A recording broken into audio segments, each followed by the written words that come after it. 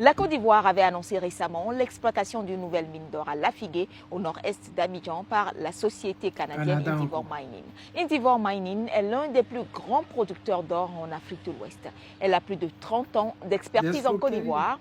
Lafigué est sa deuxième mine d'or inaugurée après celle d'Ity, la mine d'or la plus ancienne du pays. La mine d'Ity a été acquise en 2015. Dans cette mine, le groupe canadien a annoncé avoir augmenté sa participation à 85% en 2018. Les 10% de parts restants sont pour le gouvernement et les 5% pour la Sodemi, une société minière détenue par l'État ivoirien. La mine de Lafigué qui se trouve dans le département de Dabakala. À qui appartient cette mine? Alors, cette mine appartient à Indivore Mining qui est actionnaire majoritaire à hauteur de 80% de cette mine et 10% pour l'État de Côte d'Ivoire, 10% pour la Sodemi.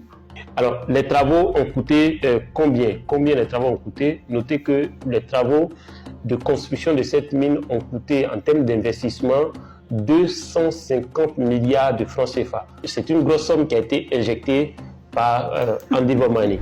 La mine de Lafigué, qui a une durée de vie de 13 ans, a une production annuelle de 5,6 tonnes pour générer près de 400 milliards de francs CFA de recettes à la Côte d'Ivoire, selon plusieurs sources locales. Le gouvernement, lors de l'inauguration de cette mine en octobre, a annoncé l'exploitation prochaine de nouveaux sites. La production d'or d'Indivore Mining en Côte d'Ivoire représente en 2023 27% de la quantité d'or officiellement produite en Côte d'Ivoire. Cela représente, en termes de contribution dans le budget de la Côte d'Ivoire, jusqu'à 118 milliards de francs CFA. Cette mine va permettre de générer on appelle des emplois. La Côte d'Ivoire est riche en or. Ces 10 dernières années, le secteur minier a gagné en attractivité. Selon le ministre des Mines, du Pétrole et de l'Énergie, Mamadou Sangafoa Koulibaly, Lafigué est la 13e mine d'or industrielle inaugurée dans le pays. En 2024, la production annuelle pourrait atteindre 55 tonnes. De sources officielles, 220 mines semi-industrielles et 149 artisanales sont en activité dans le pays. Avec cette nouvelle mine de Lafigué, la Côte d'Ivoire détient désormais 15 permis d'exploitation pour environ 8 mines industrielles. Le gouvernement ivoirien a annoncé une révision du code minier adopté en 2014 afin d'accroître les recettes tirées par l'État dans ce secteur. En plus de l'or, le coltan, le manganèse, le lithium sont entre autres les ressources qui attirent les compagnies minières en Côte d'Ivoire. Outre la Côte d'Ivoire, Indivore Mining exploite également des mines d'or au Sénégal et au Burkina Faso. Oh, les amis, vous avez entendu la Côte d'Ivoire. Ouattara, c'est pas fait. Ouattara, c'est un maudit. Ouattara, c'est un vendu. Ouattara a vendu la Côte d'Ivoire. Il a vendu la Côte d'Ivoire. C'est-à-dire qu'il a tellement tout vendu, tout dilapidé, tout donné aux Occidentaux pour rester au pouvoir. C'est qu'il fait des trucs même inconscients, quoi. C'est pas possible. C'est-à-dire que la Mining Corporation, ils prennent 85%. L'État de Côte d'Ivoire prend 10% et puis 5% pour une entreprise ivoirienne. C'est-à-dire que l'entreprise ivoirienne, Sodemi, prend 5%. Pour ne pas dire l'entreprise familiale de Ouattara prend 5%. Et puis maintenant, nous autres Ivoiriens, toute la Côte d'Ivoire, on prend 5%. C'est vraiment terrifiant. Parce qu'au moment où nous voyons le Mali en train de tout faire pour rentrer en possession de ces mines d'or, prendre 100% de ces mines d'or, c'est la Côte d'Ivoire qui donne ces mines d'or à 5%, à 10%. C'est-à-dire que c'est de l'or. C'est de l'or. Actuellement, l'or est devenu plus cher que le pétrole.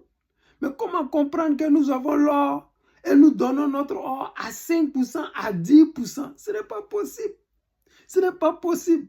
Quand est-ce que Draman Ouattara deviendra quelqu'un de, je ne sais pas, de raisonnable? Parce que nous autres, là, nous avons honte quand on voit ces genres d'informations-là. Quand on voit que la Côte d'Ivoire prend 10%, je dis bien 10%, alors que le Mali, soit disant que c'est la junte au pouvoir, c'est les illettrés, c'est les gens qui ne sont pas des économistes, ils sont prêts à prendre 100% de leurs mines. Mais nous qui ne sommes même pas en guerre, nous ne sommes même pas fichus de prendre même 25%, comme le président Gbagbo Laurent prenaient à l'époque, malgré qu'il y avait des pistolets sur sa tente, ils prenaient 25%. Et ces 25% ont permis à la Côte d'Ivoire de rester debout.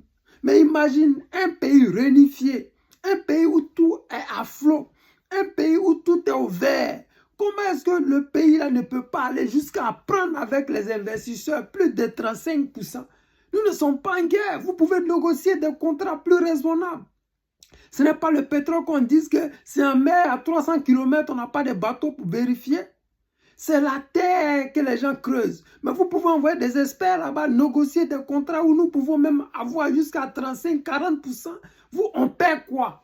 Si la France ne veut pas prendre, si le Canada ne veut pas prendre, on peut donner à l'Inde, on peut donner à la Chine, on peut donner à la Russie, on peut donner au Brésil, on peut donner à la Turquie. Il y a trop de partenaires actuellement qui ont besoin. L'or est devenu plus que le diamant sur le marché. Comment vous faites? Et puis vous êtes aussi naïf, méchant envers le peuple ivoirien. Les amis, c'est très grave. C'est pour cela que je dis que nous devons tout faire pour mettre le président Gbagbo Loro au pouvoir pour que les Ivoiriens puissent profiter de leurs ressources. Nous ne pouvons pas vivre dans PPTE constamment parce que vraiment, nos enfants ont besoin d'un avenir meilleur.